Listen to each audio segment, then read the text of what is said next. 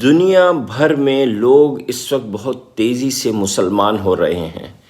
جس میں بنیادی کردار آف کورس غزہ کے مسلمانوں کا ہے۔ وہ ایک رول ماڈل دنیا کے سامنے آئے ہیں۔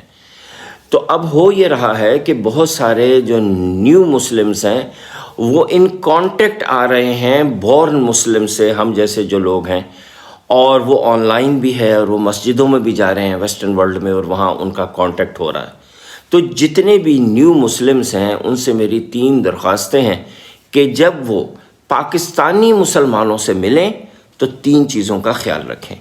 نمبر 1 یہ کہ جب وہ پاکستانی مسلمانوں کو یہ کہتے سنیں یا دیکھیں کہ جی قرآن سے تو بڑی کوئی کتاب ہی نہیں ہے، اور قرآن میں تو اللہ تعالیٰ نے سب کچھ دیا ہے، یہ بڑی پاک کتاب ہے، اور جب وہ دیکھیں کہ قرآن کو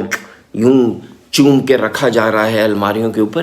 تو کہیں قرآن کو پاکستانی مسلمانوں کے ساتھ ڈسکس کرنا نہ شروع کر دیں کہ سورہ بقرہ کا جو بنیادی مضمون ہے وہ یہ ہے، اور سورہ آل عمران میں اللہ تعالیٰ نے یہ ڈسکس کیا ہے، اور سورہ نساء میں تو یہ واقعات اور یہ چیزیں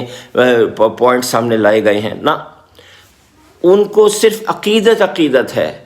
آپ اب تک جیسے قرآن کو سمجھ کے مسلمان ہوئے ہیں نا، وہی سفر جاری رکھیے گا پلیز۔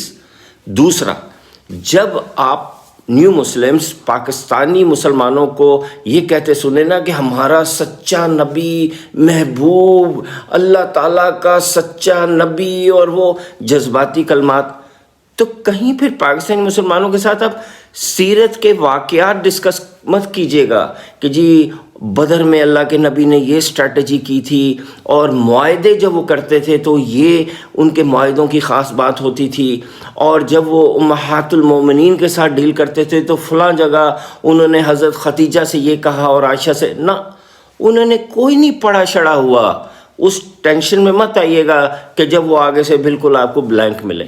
اور تیسری اہم چیز کا جو آپ نے خیال رکھنا ہے وہ یہ کہ جب آپ دیکھیں کہ پاکستانی مسلمان بڑی بڑی رمضان پارٹیاں، افطار پارٹیاں تھرو کر رہے ہیں اور عمروں پہ بھاگے چلے جا رہے ہیں، تو ان کو یہ مت سمجھائیے گا کہ اس وقت بڑی ضرورت جو ہے وہ غزہ کے مسلمانوں کی ہیلپ کرنا ہے۔ ان کو یہ سمجھ نہیں آئے گی، کیونکہ ان کے لیے اسلام کی رسم جو ہے وہ روح سے بہت بڑی ہے، کیونکہ انہوں نے اسلام کو سمجھا نہیں ہے، اسلام کو اپنے ماں باپ سے اپنایا ہے۔